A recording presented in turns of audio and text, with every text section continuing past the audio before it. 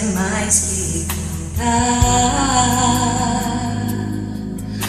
Adorar a Deus é mais que erguer as mãos. Não consiste em rituais e tradições.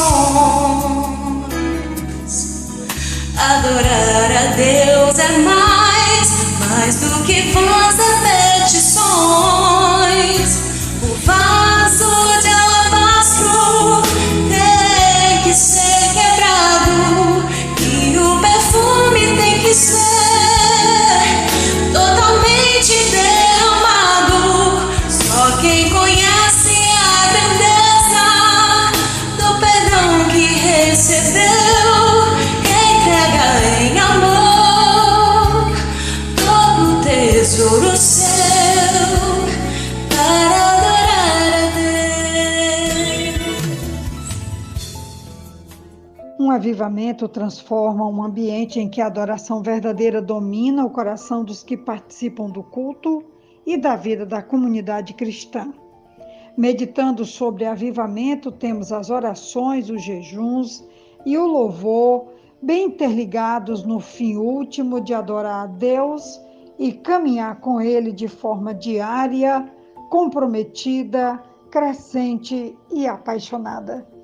Olhando para esse tema e também lendo alguns relatos de avivalistas, de movimentos dentro dessa perspectiva, nós precisamos então abrir o nosso coração para deixar que todas essas dinâmicas espirituais façam parte da nossa caminhada, como lá no princípio, quando o primeiro amor tocou o nosso coração e de uma forma apaixonada nós dissemos sim para o Senhor, e nós precisamos hoje novamente voltarmos a dizer sim, nos apaixonando, voltando a nossa vida para o Senhor, no temor do Senhor, na alegria do Senhor e também na adoração do Senhor.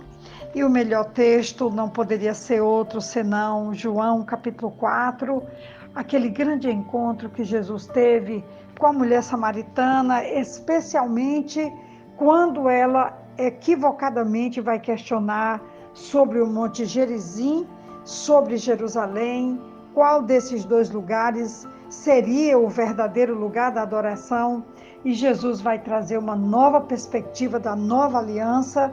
E hoje nós queremos falar sobre a adoração, que não depende de lugar, que não depende de fatores externos, mas depende de um fator interno, de um desejo profundo de se voltar para Deus e adorá-lo como Ele realmente merece. A leitura está em João 4, a partir do versículo 19 até o versículo 26, que vai nos dizer assim: Disse a mulher: Senhor, veja o que é profeta. Nossos antepassados adoraram neste monte, mas vocês, judeus, dizem que Jerusalém é o lugar onde se deve adorar. Jesus declarou: Creia em mim, mulher. Está próxima a hora em que vocês não adorarão o Pai, nem neste monte, nem em Jerusalém. Vocês, samaritanos, adoram o que não conhecem. Nós adoramos o que conhecemos, pois a salvação vem dos judeus. No entanto, está chegando a hora, e de fato já chegou, em que os verdadeiros adoradores adorarão o Pai em espírito e em verdade. São estes os adoradores que o Pai procura. Deus é espírito e é necessário que os seus adoradores o adorem em espírito e em verdade. Disse a mulher: Eu sei que o Messias, chamado Cristo, está para vir. Quando ele vier, explicará tudo para nós. Então Jesus declarou: Eu sou o Messias, eu que estou falando com você. Jesus não se esquivou de comunicar à mulher uma nova verdade espiritual. Ele lhe disse que chegaria o tempo quando nem o Monte Gerizim, nem Jerusalém seria o lugar de adoração.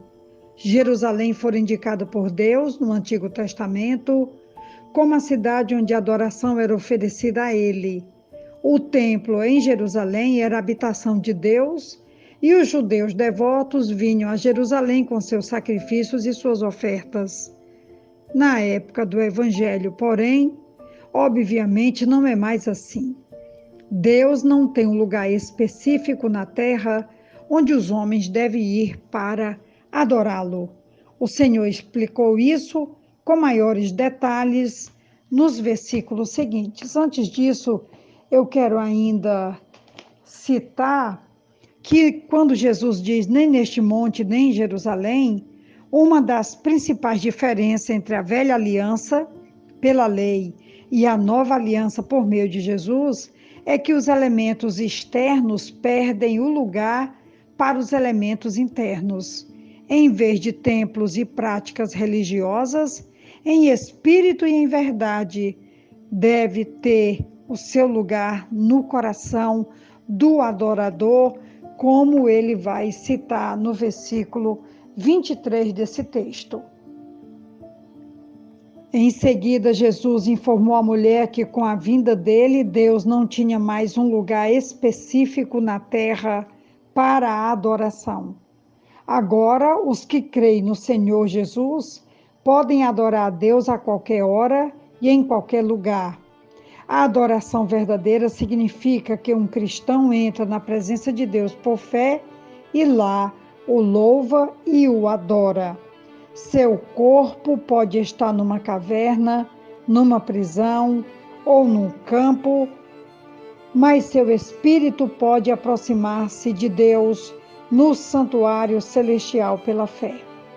Eu então estava aqui me lembrando quando Paulo, lá no capítulo 16 de Atos, ele e Silas haviam sido surrados publicamente, humilhados, maltratados, perseguidos. Eles estavam agora presos, amarrados, e ali por volta da meia-noite eles começam a cantar e a orar.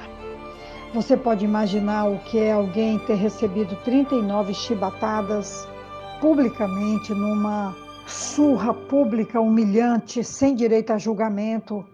E esse homem, apesar do seu sofrimento, ele agora canta, ele ora, ele adora. E o texto lá vai dizer que Deus o visita de forma sobrenatural, não somente a ele e a Silas, mas também a todos os que estavam ali, inclusive o carcereiro que teve o desejo de se matar e que Paulo não permitiu e ministrou ali o evangelho e profetizou que ele e a casa dele seriam salvos, como realmente foram. E naquela madrugada, o carcereiro com toda a família se converteram, foram batizados. E apesar de todo o sofrimento que Paulo tinha, ele colheu esses frutos para a glória de Deus, porque ele foi capaz de orar, de cantar, de adorar a Deus, apesar das suas circunstâncias adversas, como realmente ele estava passando. Quero falar aqui sobre quando Jesus diz que o Pai, ele busca os adoradores que o adorem em espírito e em verdade, que essa adoração não depende mais de um lugar externo, nem no Monte Gerizim, nem em Jerusalém, nem no templo feito por mão de homens, mas que Deus busca essa adoração dos seus filhos, que tem prazer em adorá-lo em espírito e em verdade. Eu encontrei uma nota aqui que diz que uma só preposição grega se aplica às duas palavras, em espírito e verdade, tornando-as um conceito único.